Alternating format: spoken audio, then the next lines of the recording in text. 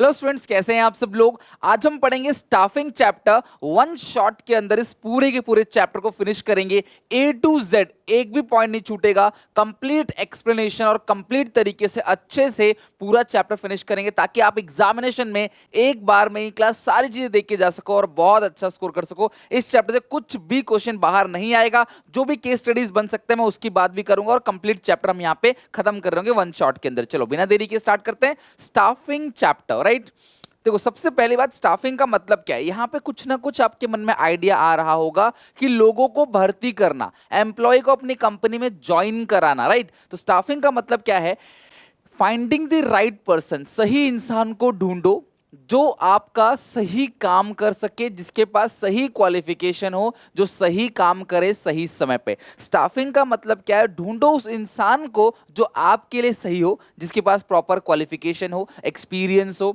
या फिर उसके पास स्किल्स हो, एबिलिटी हो, जो आपके काम को सही तरीके से कर सके। उस इंसान को ढूंढना ही कहलाता है क्लास स्टाफिंग। तो इतने सारे एम्प्लॉय में से इतने सारे लोगों में से किसी एक को अपनी कंपनी का एम्प्लॉय बना देना, दैट इज कॉल्ड स्टाफिंग। तो आप कैसे याद करोगे, finding the right person for the right job, having the right qualification, doing the right job eight right time. देखो कई सारे क्लास यहाँ पे राइट राइट राइट आ गए हैं। ओके, अच्छा, अगर आप एक अच्छे एम्प्लॉय को भर्ती करते हो, बिजनेस स्टडीज एक ऐसा मतलब सिलेबस है आपका, एक ऐसा मतलब सब्जेक्ट है जिसके अंदर आप अपनी ओन लैंग्वेज में बनाकर बहुत कुछ लिख सकते हो। अपनी पास्ट एक्सपीरियंस से जो भी आपने आसपास देखा है, जो भी सोशल मीडिया पे सीखा है, या जहां भी जो भी कुछ देखा है उससे बना के लिख सकते हो। अच्छा खुद सोचो, आपसे पूछता हूं, अगर आप एम्प्लॉय को भर्ती करोगे अपने ऑर्गेनाइजेशन के अंदर तो उसका बेनिफिट क्या होगा। अच्छे एम्प्लॉय को भर्ती करोगे जो सही क्वालिफिकेशन हो, जिसके पास सही एबिलिटी हो, सही स्किल्स हो, जो सही काम कर सके, क्लास सही समय पे कर सके, उसको अगर अपनी ऑर्गेनाइजेशन में भर्ती करोगे, लेके आओगे, तो फायदा क्या होगा,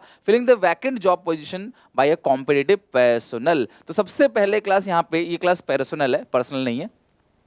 filling the vacant job position, जो भी वैकेंट जॉब पोजीशन है उसको फिल किया जाएगा बाय अ कॉम्पिटिटिव पर्सनल। ठीक है, बाय अ कॉम्पिटिटिव पर्सनल कहने का मतलब क्या है, कॉम्पिटिटिव एम्प्लॉय, एक ऐसा एम्प्लॉय जो कंपटीशन में हार नहीं मानेगा, टिक के काम करेगा। बहुत सारा कंपटीशन है लेकिन वो हार नहीं मानेगा, टिक के काम करेगा और अच्छे से मेहनत करेगा, उसको हम कंपनी में भर्ती करेंगे। दूसरी बात क्या है, placing right person at right job, तो जो सही इंसान है उसको सही जॉब के लिए हम भर्ती करेंगे। अगली बात है optimum utilisation of human resources, जो भी ह्यूमन रिसोर्सेज है, ह्यूमन रिसोर्स मतलब क्या है क्लास, एम्प्लॉय, आपके मैन पावर, तो उस एम्प्लॉय का सही से यूटिलाइजेशन करना।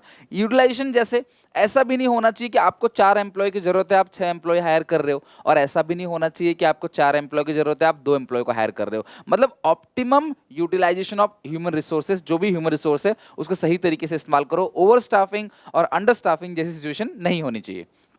भाई अच्छे एम्प्लॉय को हायर करोगे तो क्या होगा, आपके ऑर्गेनाइजेशन का ग्रोथ होगा, डेवलपमेंट ऑफ ह्यूमन रिसोर्सेज। जो ह्यूमन रिसोर्स है, देखो स्टाफिंग का मतलब सिर्फ एम्प्लॉय को भर्ती करना नहीं होता है, उसको ट्रेनिंग देना, उसके डेवलपमेंट की बात करना, ये सब भी आता है स्टाफिंग के अंदर। तो अगर हम एम्प्लॉय को हायर करेंगे, उसको ट्रेनिंग देंगे, तो एम्प्लॉय का भी क्या होगा, डेवलपमेंट होगा और हेल्प्स इन कॉम्पिटिंग, यानी कि एम्प्लॉय जो है वो कंपटीशन दे पाएगा, कंपटीशन में मदद कर पाएगा। एक बात बताओ, अगर आप अपने ऑर्गेनाइजेशन में एक अच्छा एम्प्लॉय को ले रहे हो, जिसके पास एबिलिटी है, एजुकेशन है, स्किल है, उसके पास काम करने की क्षमता है, तो जाहिर सी बात है वो कंपटीशन में टिक के काम कर पाएगा, तो हेल्प्स इन कॉम्पिटिंग। अच्छा एक बात बताओ, एक ऑर्गेनाइजेशन और दूसरी ऑर्गेनाइजेशन दोनों में कंपटीशन कैसे होगा।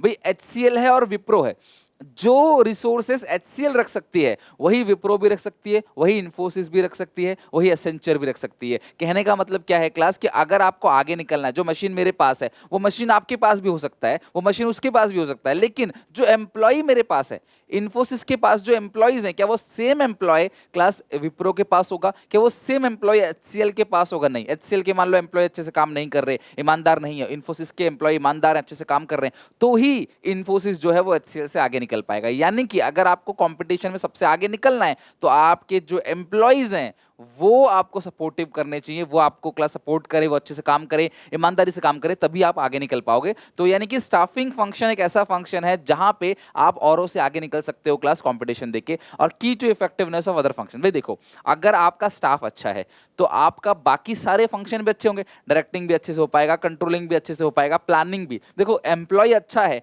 तो एम्प्लॉय ही तो मैनेजमेंट के सारे फंक्शन करेगा, यानी एम्प्लॉय ही तो मैनेजर बनेगा, तो वहां पे सारा का सारा फंक्शन अच्छे से काम परफॉर्म हो जाएगा। अगर आपका एम्प्लॉय, आपका स्टाफ अच्छा है। इनके अलावा आपको कोई और पॉइंट लगता है कि वो इंपॉर्टेंट है तो आप वो पॉइंट्स भी एग्जामिनेशन में आराम से लिख सकते हो, ठीक है। स्टाफिंग हो गया, स्टाफिंग के बेनिफिट्स हो गए। प्रोसेस, बहुत ध्यान समझना क्लास, इसके 8 प्रोसेस हैं, हमें 8 के 8 याद करना है, कहानी की तरह याद करेंगे। और कमेंट सेक्शन में हर एक बच्चे का क्लास 8 के 8 यहीं पे साथ साथ रिवीजन कर लो। 8 के 8 प्रोसेस जरूर लिख के दिखाना मुझे। सबसे पहला है एस्टिमेटिंग मैन पावर रिक्वायरमेंट। भैया हमें सबसे पहला जो काम करना है स्टाफिंग फंक्शन के अंदर कि हमें कितने लोगों की जरूरत है, हमें कितने एम्प्लॉय की, number of employ, type of employ, हमें कितने नंबर ऑफ एम्प्लॉय चाहिए, किस टाइप के एम्प्लॉय चाहिए, उनके पास क्या क्या क्वालिफिकेशन होनी चाहिए, उनकी एबिलिटी क्या है, स्किल्स क्या है, ये सारी चीजें एस्टिमेट करो। पहले एस्टिमेट मतलब घर बैठे बैठे अंदाजा लगाओ, सोचो कि यार मुझे इस काम को करने के लिए कितने एम्प्लॉय चाहिए, इस काम को कितना, और मुझे टोटल कितने एम्प्लॉय चाहिए, इसमें से कितनों के पास ये क्वालिफिकेशन होनी चाहिए, कितनों के पास ये क्वालिफिकेशन होनी चाहिए, कितनों के पास ये क्वालिफिकेशन, और कितनों के पास अगर कुछ ज्यादा खास क्वालिफिकेशन नहीं है, लाइक क्लास कोई पियोन की जॉब है या फिर क्लास नॉर्मल सफाई कर्मचारी की जॉब है, तो भैया उस टाइम पे बहुत ज्यादा क्वालिफिकेशन की जरूरत नहीं है। तो ये सब चीज को एस्टिमेट कर लो सबसे पहला, राइट। अब इस एस्टिमेट के अंदर क्या करना होता है, हमें 3 तरीके का क्लास एक एनालिसिस करना होता है। सबसे पहला कि हमारा जो वर्कलोड है वो कितना है। भैया आप कितने एम्प्लॉय की जरूरत है ये कैसे पता चलेगा, आप देखो वर्कलोड कि आपके पास वर्कलोड कितना है, फिर आप देखोगे वर्कफोर्स, आपके पास वर्कफोर्स कितना है, कितने लेबर आपके पास अवेलेबल है, कितने एम्प्लॉय ऑलरेडी आपके पास अवेलेबल है, फिर आप उन दोनों में क्या करोगे, कंपैरिजन। तो इसके अंदर 3 चीजें हमें देखनी है, वर्कलोड, वर्कफोर्स और कंपैरिजन, तब जाके हम डिसाइड करेंगे हाँ एक्चुअल में हमें कितने लोगों की जरूरत है। दूसरा क्या है क्लास, रिक्रूटमेंट। रिक्रूटमेंट का मतलब क्या होता है क्लास, रिक्रूटमेंट एक ऐसा प्रोसेस है, अब मान लो हमें चाहिए 100 एम्प्लॉइज की जरूरत, तो हम क्या चाहेंगे कि हमारी कंपनी में 1 लाख लोग आवेदन दें, मतलब एप्लीकेशन दे, 1 लाख लोग एप्लीकेशन दे, 10,000 लोग आए हमारे पास, ताकि उन बड़े ऑप्शन में से जो सबसे अच्छे एम्प्लॉइज हैं हम उनको सिलेक्ट कर सकें। सरकारी नौकरी में तो ये होता है जो सबसे टॉप पे रहता है, मेरिट लिस्ट बनती है, मतलब मेरिट लिस्ट बनती है, जो सबसे टॉप पे है ना उसको ही जॉब मिलेगी। तो रिक्रूटमेंट भी एक ऐसा प्रोसेस है जहां पे लोगों को इंड्यूस किया जाता है, अंदर से मतलब आग लगा दी जाती है, भड़का दिया जाता है कि वो आके हमारी कंपनी में एटलीस्ट अप्लाई करें, और अगर वो अच्छा कैंडिडेट है तो हम उसको अच्छा पे करेंगे, बट वो आए तो सही हमारे कंपनी में, अप्लाई तो करे। तो स्टाफिंग के अंदर स्टाफिंग प्रोसेस के अंदर सेकेंड पॉइंट है रिक्रूटमेंट। रिक्रूटमेंट का मतलब क्लास इंड्यूस करना लोगों को ताकि वो ज्यादा से ज्यादा जॉब के लिए अप्लाई करे। वो आप कैसे करोगे इंड्यूस, वो आप ऐसे करोगे, आप जो एप्लीकेशन फॉर्म डिजाइन करोगे या फिर जो न्यूज़पेपर में एडवर्टाइजमेंट दोगे उसमें अच्छी सैलरी दिखाओगे, फ्रिंज बेनिफिट दिखाओगे, पर्क्स दिखाओगे, इंसेंटिव काफी सारा दिखाओगे, तो लोगों वाह यार कितनी अच्छी कंपनी, इतनी अच्छी सैलरी दे रही है, ये फैसिलिटी, चलो मैं इसमें अप्लाई करता हूं। ऐसे बहुत सारे अच्छे लोग आ जाएंगे आपकी कंपनी में अप्लाई करने के लिए, उन सारे अच्छे लोगों में से जो सबसे बेस्ट है आप उसको सिलेक्ट करोगे, राइट। तो यहाँ पे रिक्रूटमेंट का मतलब क्या है कि लोगों को इंड्यूस करना ताकि ज्यादा ज्यादा लोग जॉब के लिए अप्लाई करें, ताकि देखो अब मुझे 100 एम्प्लॉय चाहिए और 115 लोग आए, तो भैया उसमें से जो 100 होंगे मुझे उनको लेना पड़ेगा, लाइक 100 चाहिए, 100 ही आ गए तो 100 को लेना पड़ेगा, चाहे वो अच्छे हों चाहे वो खराब हो। लेकिन अगर 1000 आए तो 1000 में से मैं सबसे अच्छे अच्छे 100 जो है वो लूंगा, तो जितने वैरायटी रहेगा ना उतना हमारे लिए क्या है, अच्छा है। फिर अब उनमें से किसी एक को आप क्या करोगे, सिलेक्ट करोगे। इससे नेगेटिव प्रोसेस कहते हैं बेसिकली सिलेक्शन के अंदर। इसके अंदर सिलेक्शन प्रोसेस भी है, वो भी कमेंट सेक्शन में लिखना है आपको। देखो फाइनल रिवीजन चल रहा है, 1 शॉट रिवीजन, तो वीडियो पॉज करके इसके 8 पॉइंट लिखना, सिलेक्शन प्रोसेस के 8 पॉइंट, जो मैं इंपॉर्टेंट है वो मैं लिखने के लिए बोलता हूँ कमेंट में, तो वो जरूर लिखा करो। लिखते लिखते तुम्हें याद हो जाता है, बस मैं इसीलिए बोलता हूँ लिखने के लिए। कमेंट में दिक्कत है लिखने से तो कॉपी में लिखो, बट लिखो, राइट। तो एस्टिमेटिंग मैन पावर रिक्वायरमेंट हो गया, रिक्रूटमेंट हो गया, सिलेक्शन, किसी एक को सिलेक्ट करेंगे। नेगेटिव प्रोसेस इसलिए होता है क्योंकि सिलेक्शन के अंदर मेजर कैंडिडेट को रिजेक्ट कर दिया जाता है, कुछ ही सिलेक्ट होते हैं, लाइक 100 में से 2 सिलेक्ट हो गए, 4 5 सिलेक्ट हो गए। दूसरा है प्लेसमेंट एंड ओरिएंटेशन। जब एम्प्लॉय सिलेक्ट हो जाता है तो उसको प्लेसमेंट दिया जाता है, उसको जगह दिखा दी जाती है, भाई ये आपकी जॉब है, ये आपका कुर्सी है, ये आपका कैबिन है, ये आपका रूम है, यहाँ पे आपको काम करना है, ये आपकी अथॉरिटी, ये आपकी responsibility, that is called placement. और ओरिएंटेशन का मतलब होता है इंट्रोडक्शन विद एग्जिस्टिंग एम्प्लॉय। तो जो एग्जिस्टिंग एम्प्लॉय है उसके टीम मेंबर्स, टीम मेट्स, उन सबसे उसको मिलाया जाता है, उसकी इंट्रोडक्शन की जाती है। कई बार एक छोटा सा प्रोग्राम रखा जाता है, ओरिएंटेशन प्रोग्राम, जिसके अंदर क्लास आप सबसे मिलते हो, बातचीत करते हो, घुलते मिलते हो। तो इससे होता क्या है, नया एम्प्लॉय ना सेटल हो जाता है, क्विकली सेटल हो जाता है, नहीं तो उसको लगेगा करेगा मैं कहाँ आ गया, मेरा मन नहीं कर रहा, सुबह शाम तक रहना है, 8 घंटे काम करना है, मेरा मन नहीं कर रहा, मैं अच्छे से काम नहीं कर पा रहा। लेकिन जब वो घुल मिल जाता है, दोस्त बन जाते हैं, उसके एकदम अच्छा एनवायरनमेंट बन जाता है, तो वो टिक के काम करता है, रूल रेगुलेशन को समझता है, क्या करना है क्या नहीं करना, कौन पर्सन किस डेजिग्नेशन पे है, किस लेवल पे है, सारी बातें समझ जाता है ओरिएंटेशन से, राइट। तो क्या क्या है मुझे बताओ, estimating man power requirement, recruitment, selection, selection के बाद प्लेसमेंट, ओरिएंटेशन। अब उसके बाद भैया ट्रेनिंग चालू कराओ उसकी, ट्रेनिंग एंड डेवलपमेंट। ट्रेनिंग का मतलब क्या है, जहां पे कंपनी उसे वो चीज सिखा रही है जो वो कंपनी के लिए करेगा। डेवलपमेंट मतलब खुद के लिए, लाइक आपको लैंग्वेज सिखाया जा रहा है, आपको बोलचाल करने का तरीका, आपकी पर्सनालिटी डेवलपमेंट, आपके अंदर पॉजिटिव एटीट्यूड डेवलप किया जा रहा है, दिस इज कॉल्ड डेवलपमेंट। ये आपका डेवलपमेंट है और आप तरक्की करोगे तो सीधी सी बात है आपकी ऑर्गेनाइजेशन भी तरक्की करेगी। ऑर्गेनाइजेशन हमसे है, समझ रहे हो, हम ऑर्गेनाइजेशन से नहीं, हम अच्छे से काम करेंगे, मेहनत करेंगे तो हमारी ऑर्गेनाइजेशन भी तरक्की करेगी, और हमारी ऑर्गेनाइजेशन तरक्की करेगी तो ज्यादा मुनाफा कमाएगी, तो वो अल्टीमेटली हमको भी ज्यादा पैसा देगी, राइट। चलो उसके बाद है यहाँ पे 5 पॉइंट तो आपको याद हो गया, ठीक है। अब नेक्स्ट क्या है, परफॉर्मेंस अप्रेजल रिपोर्ट। यानी कि देखो अब हमें एक ना एक समय पे एम्प्लॉय का प्रमोशन करना होता है, एक ना एक समय पे, तो हर एक एम्प्लॉय का एक रिपोर्ट बनता है जिसको बोलते हैं परफॉर्मेंस अप्रेजल रिपोर्ट। इस रिपोर्ट के अंदर क्या होता है क्लास, इस रिपोर्ट के अंदर एम्प्लॉय ने कभी कोई टारगेट अचीव किया, कभी कुछ मिसबिहेव किया, कुछ अच्छा काम किया, कुछ खराब काम किया, वो सारी की सारी बातें इस रिपोर्ट में लिख दी जाती हैं, ताकि जब कभी प्रमोशन की बात आएगी तो किसका प्रमोशन करें ये रिपोर्ट डिसाइड करेगा। इसको बोलते हैं परफॉर्मेंस अप्रेजल रिपोर्ट। फिर होता है promotion and career planning. Promotion का मतलब तो आप जानते ही हो क्लास, सैलरी बढ़ा देना, पोस्ट को बढ़ा देना, पावर बढ़ा देना, अथॉरिटी बढ़ा देना, रिस्पॉन्सिबिलिटी और सैलरी बढ़ा देना, राइट, प्रमोशन। और करियर प्लानिंग, नियर फ्यूचर वो क्या करेगा, उसके करियर के लिए क्लास कुछ प्लान किया जाता है, उसको प्रमोशन दिया जाता है, फिर लास्ट में पैसे मिलते हैं, कॉम्पनसेशन। ये दो तरीके से हो सकता है क्लास, कौन कौन सा, परफॉर्मेंस बेस्ड और टाइम बेस्ड। लाइक टाइम के हिसाब से दे सकते हैं, वीकली, मंथली। परफॉर्मेंस के हिसाब से आपने 100 यूनिट बनाया, 200 यूनिट बनाया, तो इस हिसाब से आपको क्लास कॉम्पनसेशन यानी कि पैसा मिल सकता है। तो ये 8 के 8 पॉइंट है क्लास। नॉर्मली ये 8 के 8 पॉइंट ही आपको लिखने होते हैं। वैसे कहते हैं कि जो ये 5 पॉइंट है ऊपर के, वो कंपनी फॉलो करती है, और जिस कंपनी में ह्यूमन रिसोर्स का डिपार्टमेंट नहीं होता है, एचआरएम एक मैनेजमेंट होता है, ह्यूमन रिसोर्स मैनेजमेंट, सिलेबस में ज्यादा है नहीं, मैं बात नहीं करूंगा, बट अगर अगर किसी का एचआरएम डिपार्टमेंट है तो वो क्लास फिर इन 3 पॉइंट को फॉलो नहीं करेगा। बट तुम्हें अगर एग्जामिनेशन में आता है तो तुम्हें 8 के 8 पॉइंट ही लिखने। फटाफट जाओ कमेंट सेक्शन में, बात मानो, थोड़ा भी यकीन मानते हो तो, और इस सारे के सारे पॉइंट्स को लिख के दिखाओ। वन शॉट रिवीजन है, डिटेल वीडियो क्लास मैं ऑलरेडी आपको दे चुका हूं, इसीलिए लग रहा होगा सर थोड़ा सा फास्ट है, सर थोड़ा सा हरी है, क्योंकि क्लास एग्जामिनेशन से पहले आप रिवीजन कर रहे हो। बहुत धीरे धीरे करोगे तो एक चैप्टर भी रिवीजन नहीं होगा, राइट। तो ये वन शॉट रिवीजन पूरा अच्छे से मुझे कमेंट में फीडबैक करके बताना कि आपको समझ आ रहा है कि नहीं, चीजें मेरे साथ साथ याद हो रही है कि नहीं, और अच्छा लगे तो प्लीज लाइक कमेंट। अपने सारे क्लासमेट, सारे ग्रुप्स में प्लीज यार, रिक्वेस्ट है, बहुत मेहनत कर रहा हूं आपके लिए, सबसे पहले वन शॉट लेके आया हूं, तो इसे हर एक क्लासमेट तक पहुंचाने की जिम्मेदारी वो आपकी है, हर जगह शेयर करो इसको, ओके। चलो, तो स्टाफिंग प्रोसेस हो गया। अब आते हैं क्लास स्टाफिंग के कंपोनेंट्स। एक बात बता दूं, ह्यूमन रिसोर्स जो है ना, ह्यूमन रिसोर्स वो एक बड़ा टॉपिक है, एचआरएम एक बड़ा टॉपिक है, उसके अंदर एक छोटा सा आ रहा है क्लास क्या, स्टाफिंग। एक डाली है स्टाफिंग, और पूरा का पूरा पेड़ जो है वो है ह्यूमन रिसोर्स मैनेजमेंट। तो स्टाफिंग के अंदर हम जो पढ़ते हैं वो 3 चीजों की बात करते हैं बस, लेकिन ह्यूमन रिसोर्स इससे कहीं आगे है। सबसे पहला है रिक्रूटमेंट, फिर है सिलेक्शन, फिर है ट्रेनिंग। तो हम इन 3 टॉपिक की बात करेंगे। रिक्रूटमेंट का मतलब लोगों को इंड्यूस करो, लोगों को इंड्यूस करो, अच्छा एडवर्टाइजमेंट डालो, न्यूज़पेपर में अच्छी खबर डालो, न्यूज़पेपर में अच्छा कॉलम बनाओ एडवर्टाइजमेंट का, जो इंग्लिश में बनाते भी हो आप, ताकि ज़्यादा से ज़्यादा लोग आके आपकी कंपनी के लिए अप्लाई करें, ज़्यादा से ज़्यादा लोग आए आपकी कंपनी में जॉब मांगने के लिए। उनमें से सबसे अच्छे को सिलेक्ट करना, सिलेक्शन, फिर उनकी ट्रेनिंग कराना, क्योंकि विदाउट ट्रेनिंग तो काम होगा नहीं। कितना ही अच्छा पढ़ा लिखा 100% लाने वाला बंदा भी प्रैक्टिकली जब तक ट्रेनिंग नहीं लेगा, सीखेगा नहीं प्रैक्टिकली काम को, तो वो कैसे करेगा। एक डॉक्टर की बात करें तो वो डॉक्टर कितना ही पढ़ लेके डॉक्टर बन जाए, जब तक कैंची नहीं पकड़ेगा, क्लास ऑपरेशन नहीं करेगा, तब तक सिलाई नहीं करेगा, तब तक क्लास कैसे सीखेगा। तो स्ट्रेचिंग वगैरह उसे सीखनी पड़ेगी सब कुछ, राइट।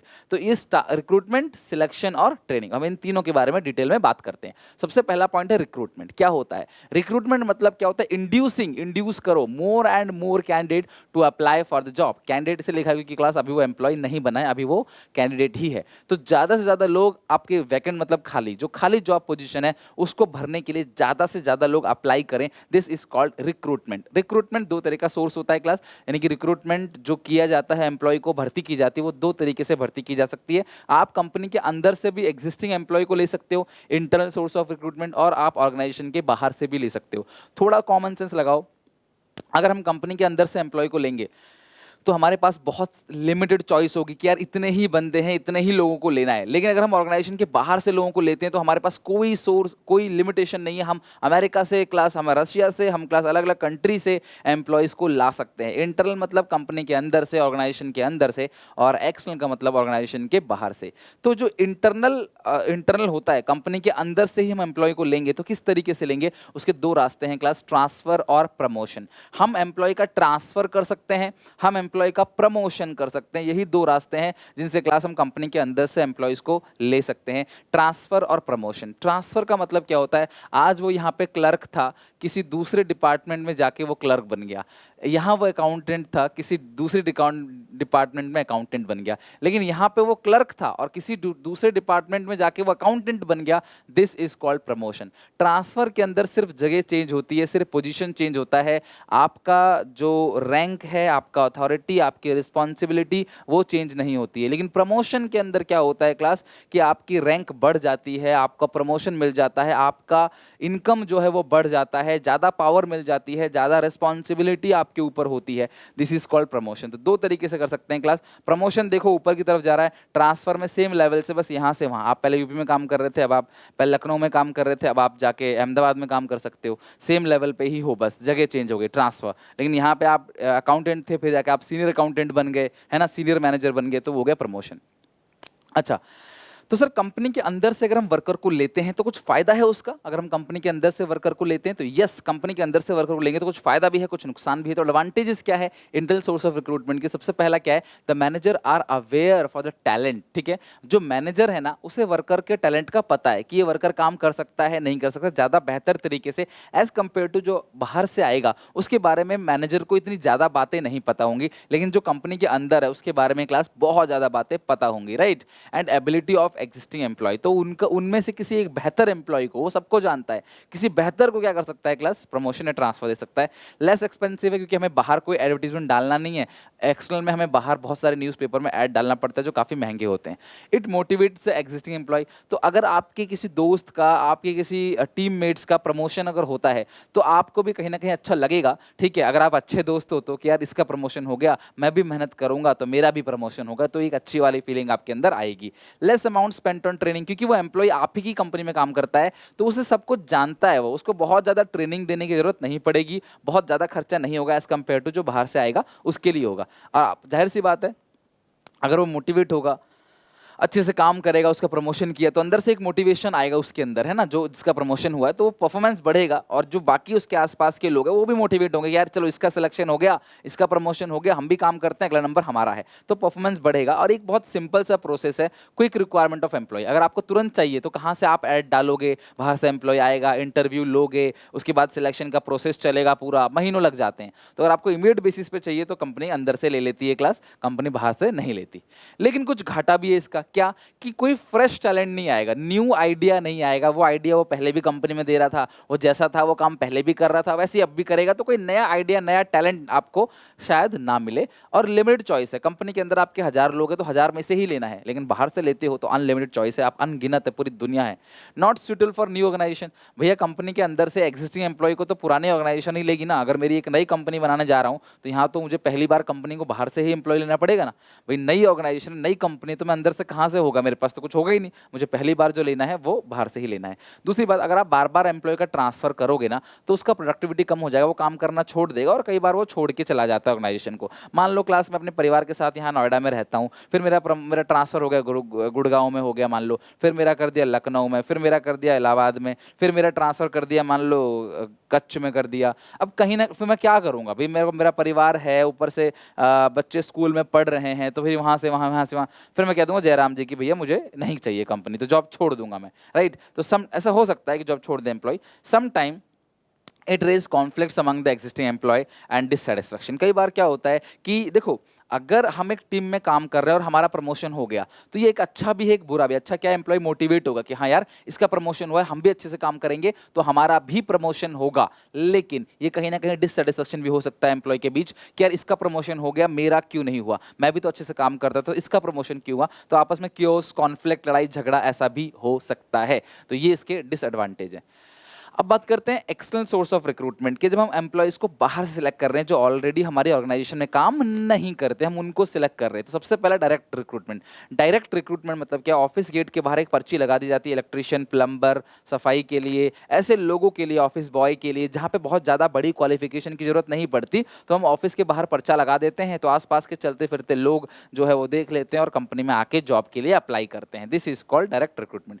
कैजुअल कॉलर, मैंने आपसे कहा कि मान लो 1000 लोग आए हमारे पास, हमारी सीटें हैं 100, तो 900 लोगों को रिजेक्ट कर दिया गया, 100 को सिलेक्ट कर दिया गया।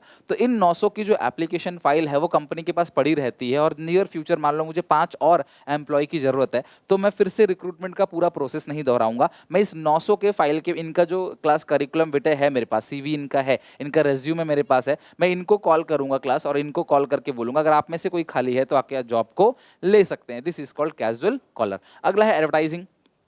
न्यूज़पेपर में हो क्लास या रेडियो पे हो, कहीं भी एक एडवर्टीजमेंट डाल दी जाती है कि हमारी कंपनी में इतने, या पर्चे छपवा देना है, जो भी है कि हमारी कंपनी में इतने लोगों की जरूरत है, तो कोई आके यहाँ पे जॉब कर सकता है। एम्प्लॉयमेंट एक्सचेंज, कुछ ऐसे लोग होते हैं क्लास जो एक बिजनेस रन कर रहे होते हैं एम्प्लॉयमेंट एक्सचेंज का, कि अगर किसी कंपनी के पास सरप्लस एम्प्लॉय है, किसी कंपनी के पास कम एम्प्लॉय है, तो वहां से एम्प्लॉय को ट्रांसफर कराना काम करते हैं। This is called employment exchanges. अगला है placement agencies and management consultant. ये लोग क्या होते हैं क्लास, इनकी एजेंसी होती है जो आपकी जॉब लगवाते हैं। आप इनको फाइल दे दोगे, अपना डिटेल रेज्यूमे दे दोगे, तो ये इनका कॉन्टैक्ट कंपनी वालों से होता है। तो होता क्या है, अमेजन, स्नैपडील, फ्लिपकार्ट, जोमेटो, शादी.com, ये है क्या, जहां पे लोग डायरेक्टली कॉन्टैक्ट नहीं कर पा रहे जिनसे वो कॉन्टैक्ट करना चाहते हैं, तो एक वो बन गया। जोमेटो क्या है, हम डायरेक्टली रेस्टोरेंट से कांटेक्ट नहीं कर पा रहे। अमेजन, हम डायरेक्टली दुकानदार से कांटेक्ट नहीं कर पा रहे, एक बीच का वो बन गया। तो यहाँ पे हम जाते हैं, हम लोग अपनी रिक्वायरमेंट डालते हैं अमेजन में, अमेजन वहाँ से उनकी रिक्वायरमेंट लेता है और आपकी फुलफिल कर देता है, विद इन अ डे भी ये कर देता है काम। तो उसी तरीके से प्लेसमेंट एजेंसी क्या करती है क्लास, जिनके पास ज़्यादा मतलब जिनको जॉब चाहिए उन लोगों से क्लास, ठीक है आपको 10 एम्प्लॉय चाहिए, आपको 15 चाहिए, आपको 50 चाहिए, अब मेरे पास लोग आ रहे हैं जॉब के लिए, तो मैं यहाँ से जॉब उनके पास भेजूंगा लोगों को। दिस इज कॉल्ड उनकी प्लेसमेंट एजेंसी। और मैनेजमेंट कंसल्टेंट, ये कुछ पैसा भी चार्ज करते हैं। कैंपस रिक्रूटमेंट, 3 इडियट का सबसे अच्छा एग्जाम्पल है, आप सबने मूवी जरूर देखी होगी। इसके अंदर होता क्या, जब आप फाइनल ईयर में होते हो तब कंपनी वाले आते हैं आपके पास, और कंपनी वाले खुद आते हैं, मतलब HCL खुद जाएगा क्लास इनके पास, ठीक है, या बड़ी बड़ी, बेसिकली साइंस में बहुत ज़्यादा होता है, ये कॉमर्स में भी होता है, MBA मैनेजमेंट के कोर्सेज में भी होता है, बट कम। तो यहाँ पे आएंगे क्लास, और आने के बाद आपसे बातचीत करेंगे, इंटरव्यू लेंगे आपका, और आपका फाइनल एग्जामिनेशन से पहले ही आपकी जॉब पक्की कर देंगे। जैसे ही आपका पेपर खत्म हो, आके आप यहाँ पे काम कर सकते हो, आपकी जॉब वहीं पे लग जाएगी, यानी कि यूनिवर्सिटी कॉलेज से ही आपकी सीधे जॉब लग जाती है। This is called campus recruitment. यहाँ पे बहुत अच्छा रहता है कैंपस रिक्रूटमेंट के अंदर, एग्जिस्टिंग नॉलेज होती है बंदे को, लेटेस्ट टेक्नोलॉजिकल नॉलेज होती है, और नया खून जोश होता है काम करने का, मेहनत करने का, आगे बढ़ने का। तो ये बहुत अच्छा माना जाता है इन एक्सटर्नल सोर्स ऑफ रिक्रूटमेंट। इसके अलावा हम कई बार अपने एग्जिस्टिंग एम्प्लॉय से भी रिकमेंडेशन ले लेते हैं कि भाई देखो यार, हमें 4 एम्प्लॉय की जरूरत है, तुम्हारा रिश्तेदार, आस पड़ोसी, कोई ऐसे लोग जानते हो तुम जो हमारे यहाँ काम कर सकता है, आके इस काम को कर सकता है आके। तो वे कुछ लोग ऐसे होते हैं जो जानते हैं लोगों को, वो बता देते हैं। तो इसको बोलते हैं रिकमेंडेशन फ्रॉम प्रेजेंट एम्प्लॉय। भाई आप प्रेजेंट एम्प्लॉय से रिकमेंडेशन ले रहे हो, लेकिन आप एम्प्लॉय तो बाहर से ही ले रहे हो ना, तो ये एक्सटर्नल है। ठेकेदार, आपने देखा होगा, मान लो बिल्डिंग बन रहा है, सड़क बन रहा है, हाईवे बन रहा है, फ्लाईओवर बन रहा है, तो यहाँ पे क्या होता है, कंपनी के अंदर भी कोई मास प्रोडक्शन अगर हो रहा है, तो लेबर कॉन्ट्रैक्टर रखा जाता है। कॉन्ट्रैक्टर होता है ठेकेदार। ठेकेदार क्या करता है, ठेका ले लेता है इस पूरे काम का, इस पूरे काम को करा दूंगा, और वो अपने गाँव से, अपने रूरल एरिया से, या आसपास के जहाँ भी जिनसे कॉन्टैक्ट में आता है, ऐसे 100-200 बंदों को लेके आता है और उनसे काम करवाता है, और बदले में उन सबके बिहाफ में वो सैलरी कंपनी से लेके इन सबको सैलरी बांटता है, और थोड़ा सा मार्जिन अपने पास भी रखता है। इसको बोलते हैं लेबर कॉन्ट्रैक्टर। बाकी टेलीविजन पे, टीवी पे भी रेयर होता है, लेकिन अच्छी क्लास कंपनी के एडवर्टीजमेंट टीवी पे भी आते हैं कि कंपनी ओपन है जॉब के लिए, तो अगर किसी को जॉब चाहिए तो यहाँ पे अप्लाई कर सकता है। और लास्ट है class web publishing. Web publishing मतलब इंटरनेट पे एडवर्टीजमेंट होती है, like Naukri.com, Monster.com, Google jobs, ऐसे और भी बहुत सारे एग्जाम्पल है जहाँ पे आप, जैसे लिंक्डइन कह सकते हो आप, जहाँ पे अपना आप रेज्यूम डालते हो, और क्लास बाद में आपके पास कॉल ऑफर आता है कि आप इंटरव्यू के लिए आ सकते हो, right. This is called web publishing. तो ये है सारे के सारे रास्ते एक्सटर्नल सोर्स ऑफ रिक्रूटमेंट, यानी आप ऑर्गेनाइजेशन के बाहर से एम्प्लॉइज को लेते हो, तो आपके पास ये ऑप्शंस हैं। अब एडवांटेज क्या है एक्सटर्नल सोर्स ऑफ रिक्रूटमेंट के, अगर आप एम्प्लॉय को बाहर से लेते हो, अंदर से लेते हो तो क्या फायदा है, तो हम पढ़ चुके हैं। लेकिन अगर आप ऑर्गेनाइजेशन के बाहर से एम्प्लॉय को भर्ती करते हो तो उसका क्या फायदा है। सबसे पहला, fresh and new talent come to the organisation, जो कि उसमें नहीं था। उसमें अंदर से ले रहे थे तो कोई फ्रेश टैलेंट नहीं आ रहा था, लेकिन आप बाहर से ले रहे हो, फ्रेश टैलेंट आ रहा है। Here is a wider choice in external sources. भैया यहाँ पे चॉइस बहुत वाइडर है, आप ऑर्गेनाइजेशन पूरी दुनिया पड़ी है, आप कहीं से भी एम्प्लॉय को हायर कर सकते हो। अगला है by using external recruitment the management can get qualified and train person. तो यहाँ पे मैनेजमेंट को क्वालिफाइड, जो बहुत पढ़ा लिखा हो, he has latest technological knowledge भी होना चाहिए, और ऊपर से क्लास वो नया नया एम्प्लॉय है तो काफ़ी मोटिवेशन होगा, कॉम्पिटिटिव स्पिरिट होगा। थ्रू कैंपस प्लेसमेंट करके हम लोग जो आईआईटीज वहाँ पे इंजीनियर्स वगैरह को क्लास, जिनके पास लेटेस्ट टेक्निकल नॉलेज होती है, उनको भी हायर कर सकते हैं। और सीधी सी बात है, जब ऑर्गेनाइजेशन बाहर से आता है ना, तो कंपनी के अंदर ना एक माहौल बन जाता है कॉम्पिटिशन का, कि भाई बाहर से आया है, तो अगर बाहर से आया है तो अंदर वाले सोचते हैं यार अच्छा करो, कहीं बाहर वाला नाम ना कमा के ले जाए, तो हमें और अच्छे से मेहनत करना है। तो एग्जिस्टिंग एम्प्लॉयज़ के अंदर क्या होता है, कंपटीशन बढ़ जाता है। जब एम्प्लॉय बाहर से आता है तो वो लोग और अच्छा साबित करने की, खुद को और अच्छा दिखाने की कोशिश करते हैं, जिसकी वजह से कंपटीशन स्पिरिट बढ़ जाता है। लेकिन वहीं पे इसके कुछ डीमेरिट भी हैं। हर चीज़ के मेरिट और डीमेरिट दोनों होते हैं।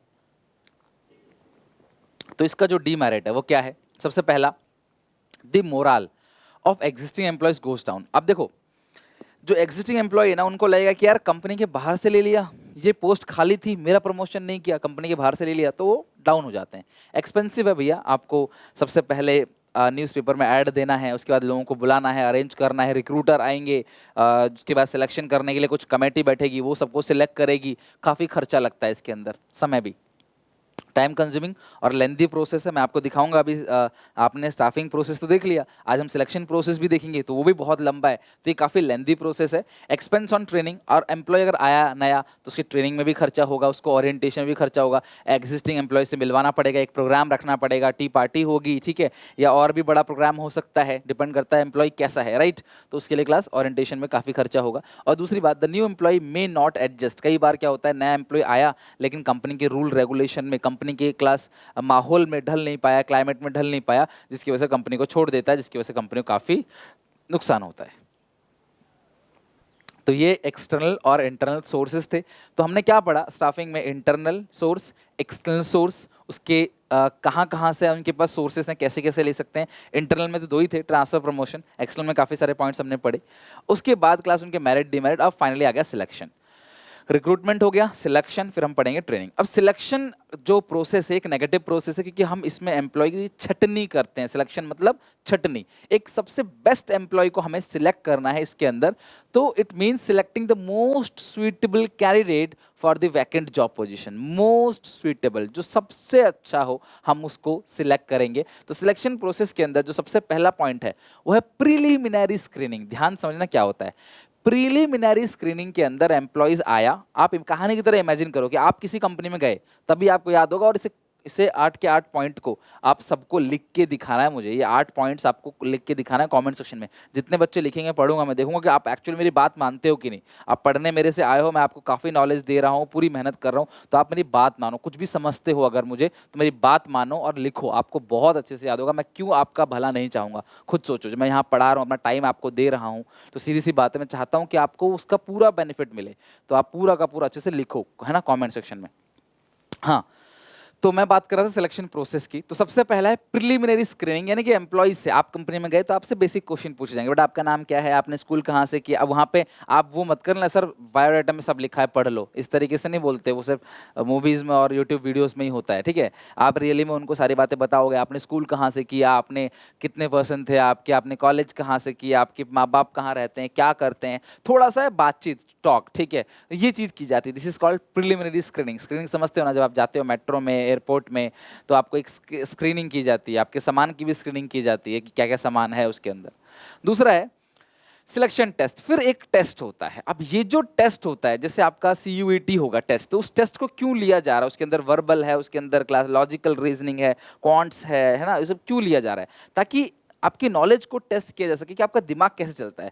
वो ये नहीं देखना चाहता कि आपको अकाउंट्स में कितना आ रहा है कितना नहीं, वो ये भी देखना चाहते हैं साथ में कि आपका दिमाग एक्चुअली में चलता है कि नहीं, कितना, राइट, आपको लर्निंग कितनी अच्छी है आपकी। तो उसमें से क्लास है इंटेलिजेंस टेस्ट। आपके IQ लेवल को चेक किया जाता है कि यार बंदे का IQ लेवल कैसा है। कल को कोई चीज़ सिखाई जाएगी उसे, तो क्या वो सीख पाएगा, वो समझ पाएगा मेरी बात को। IQ लेवल देखा जाता है। दूसरा क्या है, वो इंटेलिजेंट कितना है। दूसरा एप्टीट्यूड टेस्ट। एप्टीट्यूड टेस्ट का मतलब क्या है क्लास यहाँ पे, कि उसका एप्टीट्यूड कैसा है, उसका जो रवैया है वो कैसा है, यानी कि वो कोई नया काम अगर हम देंगे उसको तो क्या वो सीख पाएगा। कोई भी अगर हमने कोई नया काम दे दिया उसको तो उस नए काम को सीखने में वो कितना समय लेगा। कई बार क्या होता है कोई नई चीज को बंदा तुरंत उसको अडॉप्ट कर लेता है, तुरंत सीख लेता है, कई बार नहीं सीख पाता, तो उसके लिए क्लास एप्टीट्यूड टेस्ट होता है। अगला है पर्सनालिटी टेस्ट। आप हाँ हाँ करते हो या ना ना करते हो, आप कैसी पॉलिसी के बंदे हो। आप अगर टफ काम दिया जाएगा तो आप तुरंत बच जाओगे, नहीं सर नहीं होगा, मुझसे नहीं होगा, बहुत बहाने बनाने लग जाओगे, या फिर आप उसको एक्सेप्ट करोगे कि यार हाँ मैं कर सकता हूं, तो अब मैं देखता हूं मैं इसे कैसे करूंगा। ये चीज क्लास सोचना।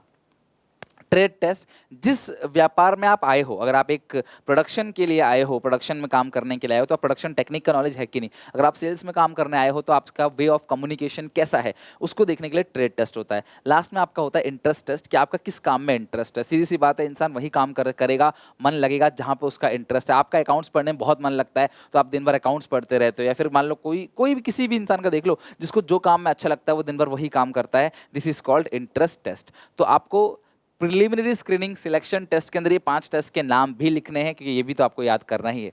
तीसरा है इंटरव्यू। अब यहाँ फाइनली क्या होगा, एक बेंच बैठेगी, राउंड टेबल पे आपका इंटरव्यू होगा। डिपेंड करता है कि आप कितने बड़े एम्प्लॉय हो, कितनी सैलरी ले रहे हो, किस लेवल पे काम कर रहे हो, उस हिसाब से इंटरव्यू होता है। मल्टी स्टेज में भी इंटरव्यू हो सकता है कि एक बार ये लेगा फिर वो लेगा, इस तरीके से इंटरव्यू के अंदर एक कम्युनिकेशन हो जाता है। आप उनसे अपनी बात पूछ सकते हो, कुछ पूछना है वो आपसे कुछ पूछ सकते हैं, कोई डाउट से आप उन्हें बता सकते हो। एक कम्युनिकेशन, जैसे यूपीएससी के इंटरव्यू होता है, आपने काफ़ी सारे वीडियोज़ में देखा होगा, यूपीएससी के काफ़ी सारे इंटरव्यू होते हैं जहाँ पे क्लास जो टॉपर होता है वो अलग अलग एक जगह नहीं कई जगह जाके इंटरव्यू देता है, फिर बाद में लोग उनकी वीडियोज़ को पोस्ट करते हैं यूट्यूब पे दिखाते हुए जब वो सिलेक्ट हो जाते हैं उसके बाद। तो यहाँ पे इंटरव्यू उसी तरीके से लिया जाएगा। आई होप आपको आइडिया लग गया होगा। फिर यहाँ पे एक रेफरेंस चेक किया जाता है, एटलीस्ट 2 लोगों का ऐसा नाम बताओ जिनको आप जानते हो। तो अगर ये 2 लोग बड़े लोग होंगे तो जाहिर सी बात है आपकी जॉब लगने की चांसेस थोड़े से ज़्यादा होंगे, आपका रेफरेंस अगर अच्छा है। नहीं भी है तो भी क्लास आप जिनको भी जानते हो क्लास उनका नाम रेफरेंस में दे सकते हो, ताकि कल को अगर कुछ प्रॉब्लम है तो वो रेफरेंस से फ़ोन करके आपके बारे में पूछ सकते हैं, सारी चीज़ें कर सकते हैं। जैसे आप मोबाइल फ़ोन में ऑल्टरनेट नंबर देते हो ना, कुछ कुछ वैसा ही। अगला है सिलेक्शन डिसीजन। सिलेक्शन डिसीजन का प्रोसेस 5th पॉइंट में आता है, ध्यान रखना। पहले 8 पॉइंट। सबसे पहला preliminary screening, selection test, test के बाद इंटरव्यू, इंटरव्यू के बाद रेफरेंस बैकग्राउंड, फिर जाके 5वें पॉइंट पे यहाँ पे आपको सिलेक्ट किया जाएगा। सिलेक्ट करने के बाद आपको तुरंत जॉब नहीं मिलेगी, फिर आपका एक मेडिकल होगा आखिरी में, क्योंकि कंपनी एम्प्लॉय के ऊपर बहुत सारा खर्चा करती है और वो कोई बड़ी बीमारी से जूझ रहा है तो वो कुछ टाइम बाद बीमार पड़ जाएगा और कंपनी को बहुत सारा पैसा खर्च करना पड़ेगा उसके पीछे, जिसको बोलते हैं सोशल सिक्योरिटी कॉन्ट्रीब्यूशन में भी उसका कुछ भी हो उसको खर्चा करना पड़ेगा, तो कंपनी चेक कर लेती है। तो मेडिकल एक रिपोर्ट आपको देनी पड़ती है कि आप बॉडी चेकअप होता है कि आप ठीक हो, कोई बड़ी बहुत बड़ी बीमारी तो नहीं है आपको, ये सब चीज़ चेक की जाती है। कई बार कंपनी के अंदर ही होता है ये मेडिकल डिपार्टमेंट, कई बार आप बाहर से बोला जाता है कि जाओ किसी डॉक्टर से करवा के ले आओ, तो कई सारे एम्प्लॉय क्या पैसे देके डॉक्टर से लिखवा लेते हैं, राइट। अगला क्या है, जॉब ऑफर। जॉब ऑफर का मतलब क्या होता है, फाइनली आप घर पे एक लेटर आएगा जिसे आप ओपन करोगे और खुशी से चिल्लाओगे, वाह मेरी जॉब लग गई मम्मी, देखो मेरे पास अपॉइंटमेंट लेटर आ गया है। This is called class job offer. उसके बाद कॉन्ट्रैक्ट ऑफ एम्प्लॉयमेंट, फिर आप जाते हो, आपके साथ डॉक्यूमेंट एक्सचेंज होते हैं, आप कुछ एग्रीमेंट पे साइन करते हो कि मैं ये काम नहीं करूंगा, मैं साल भर करूंगा, मैं बीच में छोड़ के नहीं जाऊंगा, 4 साल 5 साल कंपनी में कहते हैं हम आपको नहीं निकालेंगे, हम आपकी सैलरी हर साल बढ़ाएंगे। ये सारी बातें आपस में एक कॉन्ट्रैक्ट बन जाता है जहाँ पे फिर आप काम करना स्टार्ट करते हो। सोचो इतना लंबा प्रोसेस है तो टाइम लगता है कि नहीं लगता। 8 के 8 पॉइंट फटाफट जाओ कॉमेंट में लिख के दिखाओ। अब सिलेक्शन हो गया, अब मैं कंपनी के अंदर चला गया, अब होगी मेरी ट्रेनिंग, है नहीं, है कि नहीं। सिलेक्शन के बाद क्या होगा क्लास, ट्रेनिंग।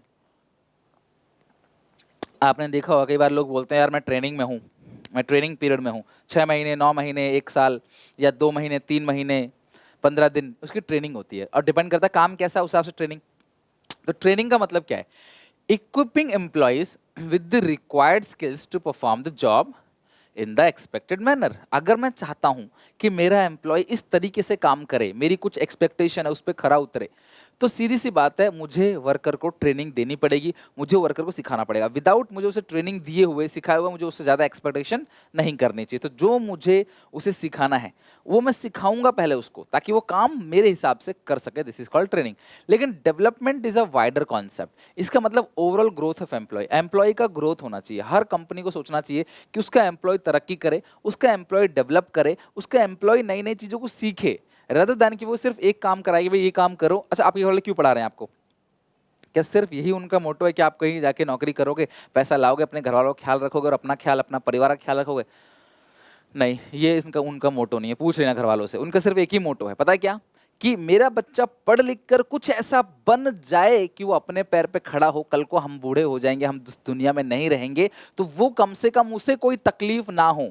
यहाँ पे भी वो आपके बारे में सोच रहे हैं कि एटलीस्ट पूछ के देख लेना क्लास, नहीं तो घर वाले किसी से भी, अपने रिलेटिव से पूछ के देख लेना, अपने पापा मम्मी से पूछ के देख लेना। आजकल के बच्चे तो थोड़ा सा मतलब फैमिली रहते हैं घर वालों से, तो पूछ के देखना क्या वो इसलिए पढ़ा रहे हैं कि आप अच्छी नौकरी लग जाए आपकी और आप पैसा कमा के जो है वो दे सको, सिर्फ नौकरी लग जाए पैसा कमाओ, नहीं।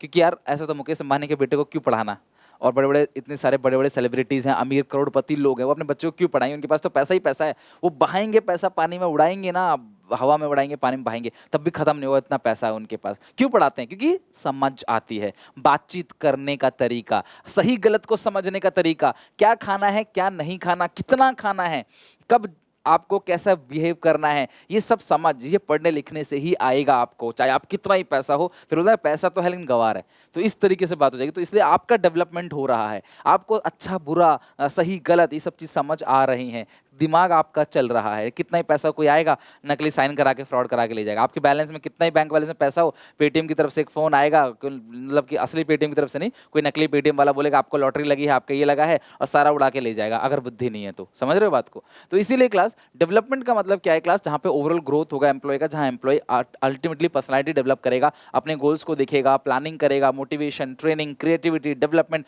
विजन होगा। विजन समझते हो ना, आपका एक विजन होता है कि मुझे यहाँ पहुँचना है, ये मेरा गोल है, ये मेरा विजन है, मुझे यहाँ किसी भी कीमत पे पहुँचना है, राइट? ये सब चीज़ आ गया। ट्रेनिंग के अंदर टीचिंग सिखाया जाएगा, स्किल्स दी जाएगी, एबिलिटी डेवलपमेंट कराया जाएगा, एक्सपीरियंस, नॉलेज, कोचिंग, ये सब चीज़ें क्लास बेसिकली बात है, इनको लिखना कहीं नहीं है, ये सिर्फ आपको समझाने के लिए है। तो ट्रेनिंग का मतलब क्या है कि वर्कर उस काम को अच्छे से कर सके, जैसा मैं चाहता हूँ वैसा कर सके, उसके लिए ट्रेनिंग दी जाती है। और डेवलपमेंट का मतलब क्या है क्लास? उसके फ्यूचर की बात की जाती है, उसको ग्रो किया जाता है ताकि नियर फ्यूचर वो कभी भी जाए ना तो हार ना माने, चाहे वो मेरी कंपनी में काम करे, चाहे वो किसी कंपनी में काम करे। अच्छा, अगर आप ट्रेनिंग देते हो, इट्स वेरी इंपॉर्टेंट पॉइंट कि अगर आप ट्रेनिंग देते हो तो ट्रेनिंग का बेनिफिट क्या होगा? आपको अंदर तक का रीड करना पड़ेगा, पढ़ना। अगर समय आपके पास है तो प्लीज़ अगर बुक रीड कर लेना, अदरवाइज क्लास चलेगा। मेरे नोट्स भी आप रीड कर सकते हो जो कि एसपीसीसी मोबाइल एप्लीकेशन पे फ्री ऑफ कॉस्ट अवेलेबल है, फ्री स्टडी मटेरियल के अंदर। Benefits of training and development. अब ट्रेनिंग और डेवलपमेंट का बेनिफिट क्या है? सबसे पहला है रिड्यूस लर्निंग टाइम। बात समझना, ट्रेनिंग देने से क्या होता है क्लास? लर्निंग टाइम कम हो जाता है। एक ट्रेंड एम्प्लॉय हमेशा किसी भी चीज को सीखने में कम समय लेगा as compare to untrained employ. जो इसको ट्रेनिंग मिली हुई है, वो ट्रेंड है, वो किसी भी काम को जल्दी सीख जाएगा। तो इसलिए ट्रेनिंग देना जरूरी है, लर्निंग टाइम को कम करता है। दूसरा, एटीट्यूड, आपका रवैया फॉर्म करता है। एटीट्यूड फॉर्मेशन का मतलब क्या है? अगर आपको ट्रेनिंग मिलती है, देश के जो सोल्जर्स होते हैं वो देश के लिए मरने मिटने को भी तैयार हो जाते हैं। क्या एक प्राइवेट एम्प्लॉय किसी कंपनी में काम कर रहा है आईटी सेक्टर में, क्या वो करेगा इस काम को? बिल्कुल नहीं करेगा, वो कंपनी को छोड़ के निकल लेगा।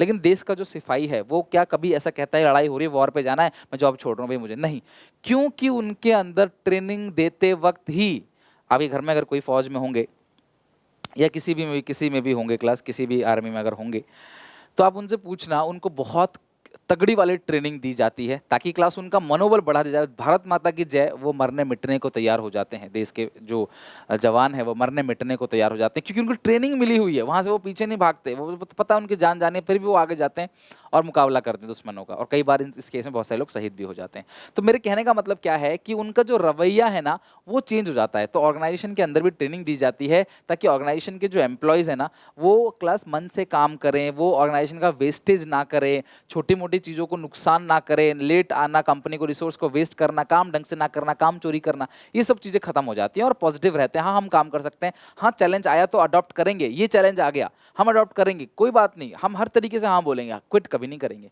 तीसरा है, एक ट्रेंड एम्प्लॉय का जो परफॉर्मेंस होगा वो हमेशा बेटर होगा as compare to untrained employ. चौथा पॉइंट का फायदा क्या है class? Helps in solving operational problem. अगर आप वर्कर को ट्रेनिंग दोगे ना तो वर्कर की जो डे टू डे प्रॉब्लम्स होती हैं, लेट आना, काम ना करना, काम चोरी करना और बस टाइम पास करना ऑर्गेनाइजेशन के अंदर, मालिक देखे तो काम करना, ये सारी प्रॉब्लम जो है अपने आप खत्म हो जाती है। वर्कर फिर ये सब काम नहीं करता, छोटे मोटे काम। एटीट्यूड फॉर्मेशन के अंदर तो आपका पॉजिटिव एटीट्यूड डेवलप होता है, आप हर काम को, चैलेंज को एक्सेप्ट करने रेडी रहते हो। यहाँ पे छोटी मोटी समस्याओं की बात है वो इग्नोर किया जाता है। रिड्यूस लेबर टर्नओवर, अगर आप एम्प्लॉय को ट्रेनिंग दोगे तो सीधी सी बात है एम्प्लॉय काम को सीख जाएगा, एम्प्लॉय काम को अच्छे से करेगा, मजे से करेगा, तो भैया वो कंपनी को छोड़ के नहीं जाएगा। लेकिन अगर आप ट्रेनिंग नहीं दोगे तो वो ओवर बर्डन फील करेगा और क्या पता वो काम टिक के ना कर पाए और कंपनी को छोड़ के चला जाए। मैनेजिंग मैन पावर नीड, मान लो एक डिपार्टमेंट में एक एम्प्लॉय है जो ज़्यादा है, इसे किसी दूसरे डिपार्टमेंट में भेजना है, तो दूसरे डिपार्टमेंट का काम अलग है, तो उसको उस काम की क्या दो? ट्रेनिंग दो और इसे वहां पे भेज दो। तो क्लास कहने का मतलब क्या है कि जो मैन पावर नीड है उसको मैनेज करता है। तो अगर आपको कोई काम कराना है किसी एम्प्लॉय से तो आप उस काम की ट्रेनिंग दो, उस काम को सिखा दो, फिर वो काम करने लग जाएगा, right. This is called man power, managing man power need. अगला है हेल्प्स टू अडॉप्ट चेंजेस। अच्छा देखो, बहुत सारे चेंजेस आते हैं, बहुत सारे चेंजेस। एग्जाम्पल, कोरोना के टाइम पे स्कूल वालों को ऑनलाइन प्लेटफॉर्म पे आना पड़ा। स्कूल वालों ने कभी भी टैब पे नहीं पढ़ाया था, कभी भी क्लास स्कूल वालों ने जूम पे नहीं पढ़ाया था, ये सब चीज़ें नहीं देखी थी, तो उसको ट्रेनिंग देना पड़ेगा। आपने देखा होगा कि शुरू शुरू में जब मतलब लॉकडाउन लगा तो लोग जूम पे टीचर पढ़ा रहे थे तो बच्चे कुछ भी बोल दिया करते थे पीछे से, है ना। मतलब कोई गाना चला दिया या कोई फनी वे में कुछ बोल दिया, कुछ एब्यूसिव बोल दिया, या फिर कुछ मान लो कि बच्चों ने कुछ ना कुछ ये करते रहते हैं नए नए में। तो स्कूल वालों ने क्या किया, स्कूल के टीचरों को ट्रेनिंग देना स्टार्ट किया, सिखाया कि इस तरीके से काम होता है, इस तरीके से काम होता है। बस टीचर सीख गए, टीचर फैमिलियर हो गए, बच्चों को अच्छे से पढ़ाने लगे। This is called helps to adopt changes. अगर कोई भी चेंजेस आता है, कोई भी चेंजेस एक्सटर्नल इन्वायरमेंट में आता है तो इंटरनल इन्वायरमेंट में लागू करने के लिए उसको ट्रेनिंग देना पड़ेगा। सिमिलरली जीएसटी आया तो लोगों को ट्रेनिंग देना पड़ा, सिखाना पड़ा, है कि नहीं। तो कोई भी नया काम हो उसको क्या देना चाहिए, क्लास वर्कर को ट्रेनिंग देना चाहिए ताकि वो काम अच्छे से कर सके। अब ट्रेनिंग जो है वो दो तरीके से दी जा सकती है,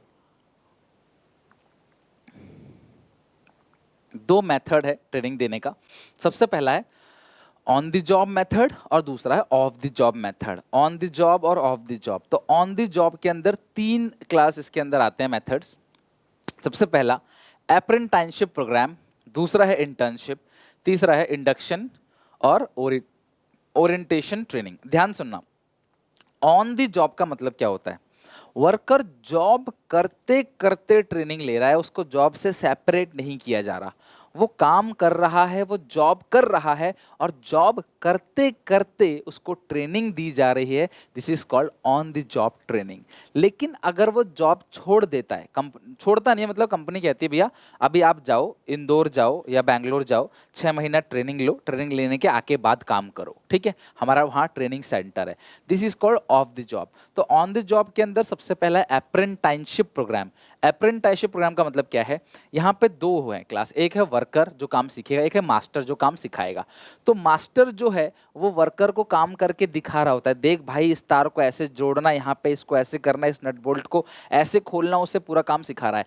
और जो वर्कर वो ऑब्जर्व कर रहा है, देख नहीं रहा, ऑब्जर्व कर रहा है। There is a difference between देखना और ऑब्जर्व करना। सिमिलरली टच करना और फील करना, इन दोनों में डिफरेंस। आप टच कर रहे हो ये एक अलग चीज है, आप फील कर रहे हो ये एक अलग चीज है, राइट। सिमिलरली क्लास आप देख रहे हो एक अलग चीज है, लेकिन आप देख के ऑब्जर्व कर रहे हो एक अलग चीज है। ऑब्जर्व बहुत बड़ा होता है, उसी तरह से टच से बड़ा फील और सी से बड़ा क्लास देखने से बड़ा, लुक से बड़ा ऑब्जर्व। तो यहाँ पे उसे देख रहा है कि मेरा मालिक कैसे काम कर रहा है, देख देख के सीखने की कोशिश कर रहा है। फिर ये मशीन इसको दे देगा, बोलेगा अब तू कर। अब मालिक देखेगा कि तू सही कर रहा है कि नहीं कर रहा, राइट। तो दिस इज कॉल्ड अप्रेंटाइनशिप प्रोग्राम, जहां पे वर्कर पहले देखेगा, मालिक को ऑब्जर्व करेगा, मालिक उसे काम करके दिखाएगा, फिर वर्कर उस काम को करेगा और मालिक ऑब्जर्व करेगा, कुछ गलती हुई तो वर्कर को वहीं पे सिखा देगा, राइट। दूसरा इंटर्नशिप। इंटर्नशिप जैसे आप चार्टर्ड अकाउंटेंट की फील्ड में जाओगे या क्लास किसी भी फील्ड में जाओगे तो सी में कुछ भी करते हो तो वहाँ पे ट्रेनिंग होती है। इंटर्नशिप इज जस्ट ट्रेनिंग, जहाँ पे आप क्या करते हो, काम के साथ साथ ट्रेनिंग ले रहे हो, किसी सीनियर के साथ बैठते हो, उसका सारा काम करते हो, उसे देखते हो कि वो कैसे काम कर रहा है, वो अपना सारा काम आपसे करवाएगा और आप उस काम को करते करते करते करते एक दिन माहिर बन जाओगे। जैसे मैं सीए की बात करूं तो चार्टर्ड अकाउंटेंसी में लगभग 1000 दिन की ट्रेनिंग होती है, 3 साल आप कह सकते हो। तो 3 साल की ट्रेनिंग के अंदर जो चार्टर्ड अकाउंटेंट होता है वो उस जो मतलब इंटर्नशिप पे बंदा इंटर्न है उसको बार बार बोलेगा तो ये काम कर, तो वो काम कर, मेरा ये काम आया तो अब आप उस काम को करते करते करते करते करते करते इतना एक्सपर्ट हो जाओगे, कल को फिर आप अपने अंडर इंटर्न रख लोगे कि भाई बहुत काम हो गया, अब मैं सब चीज़ सीख चुका हूँ। और इसके बदले आपको एक छोटा सा पैसा भी मिलता है, उसको सैलरी नहीं बोलते, स्टाइपेंड बोलते। क्या बोलते हैं? स्टाइपेंड। तो अगर आप नियर फ्यूचर सीए बनोगे, अगर कोशिश करोगे तो फिर आपके क्लास फर्स्ट ग्रुप आईपीसीसी निकालने के बाद या आईपीसी निकालने के बाद आपकी ट्रेनिंग लगती है 3 साल की, उसमें आपको स्टाइपेंड मिलेगा। अब स्टाइपेंड कितना मिलेगा ये डिपेंड करता है, कुछ कंपनी 10,000 तक देती है क्लास, 10,000, 7,000, 8,000, कुछ कंपनी 25-30,000 भी देती है बिग फोर्स में, राइट। चलो, तो ये हो गया अप्रेंटिसशिप प्रोग्राम, हो गया इंटर्नशिप, हो गया। फिर आ गया इंडक्शन और ओरिएंटेशन ट्रेनिंग। तो इंडक्शन ट्रेनिंग और ओरिएंटेशन ट्रेनिंग का मतलब क्या है?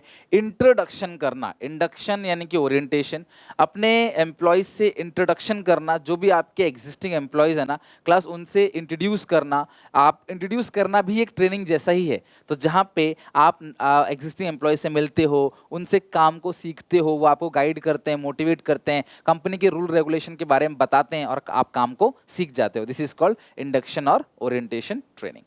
अच्छा, अब ऑफ द जॉब के अंदर क्लास यहाँ पे क्या है? जब आप जॉब छोड़ते हो, off the job method are used away from the work place. आप जहाँ काम कर रहे हो उससे आपको दूर ले जाया जाता है। It means learning before doing. तो यहाँ पे आप काम करते करते नहीं सीखोगे, पहले सीखोगे फिर काम करोगे। In this training is provide by expert from within और outside the organization. Vestibule training और केस स्टडी। केस स्टडी समझते हो ना? आपको अलग अलग केस दिखाया जाता है और आपको बताया जाता है, बोलो, जैसे आप केस स्टडी बिजनेस स्टडीज में पढ़ते हो वैसे कि अच्छा अगर कंपनी में ये हो गया तो क्या करोगे, कंपनी में ये हो गया तो क्या करोगे, ऐसा हो गया तो क्या करोगे, वैसा हो गया तो क्या, उसको ट्रेनिंग दी जाती है।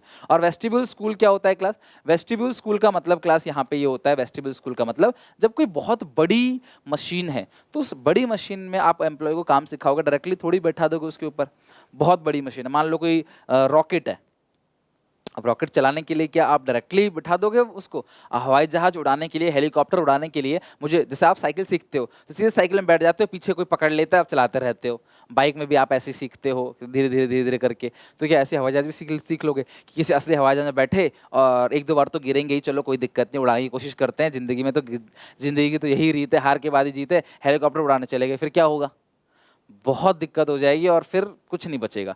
तो इसलिए क्लास जो बहुत बड़ी बड़ी बड़ी मशीनें होती हैं, हैवी मशीन होती हैं, बहुत एक्सपेंसिव मशीन होती हैं, तो उनके लिए क्लास वर्कर को एक डमी मॉडल तैयार करके दिया जाता है। कार ट्रेनिंग, अब कार चलाना सीखोगे अगर आप, ठीक है, बहुत सारे बच्चों को तो आता ही होगा, लेकिन फिर भी अगर आप ट्रेनिंग सेंटर में जाओगे तो एक डमी मॉडल तैयार होता है। उस मॉडल पर पहले सिखाते हैं, तब जाके असली गाड़ी में बैठाते हैं वो, ताकि खुद का और किसी और का नुकसान ना कर बैठो आप। तो वेस्टिब्यूल स्कूल का मतलब क्या है? एक डमी मॉडल तैयार किया जाता है ऑर्गेनाइजेशन का। अब उस डमी मॉडल में आप काम करते हो, काम करते करते सीख जाते हो, तब जाके आपको रियल लाइफ में आना पड़ता है। रियल लाइफ में आप रियल मशीन पे आप काम करते हो, ताकि कंपनी को नुकसान ना हो और आपको भी नुकसान ना हो। तो इसे बोलते हैं क्लास वेस्टिब्यूल स्कूल, और ये ऑफ द जॉब ट्रेनिंग का मेथड है। ऑन द जॉब में तो ये तीन पढ़ना है आपको: अप्रेंटिसशिप प्रोग्राम, इंटर्नशिप और इंडक्शन ट्रेनिंग, यानी एग्जिस्टिंग एम्प्लॉय से मिलवाना। और ऑफ द जॉब के अंदर क्लास वेस्टिब्यूल स्कूल ही पढ़ना है। स्टाफिंग के अंदर इतना ही क्लास। आई होप कि मैंने पूरी मेहनत से, पूरे दिल से आपको पूरा का पूरा चैप्टर शुरू से अंत तक कंप्लीट कराया। अगर आपको ये वीडियो अच्छा लगे तो सिलेक्शन प्रोसेस, स्टाफिंग प्रोसेस का अच्छे से रिवीजन कर लेना। इसके अलावा on the job, of the job जो है वो भी इंपॉर्टेंट है। एक्सटर्नल इंटरनल सोर्स के benefit, disadvantage, this is also important.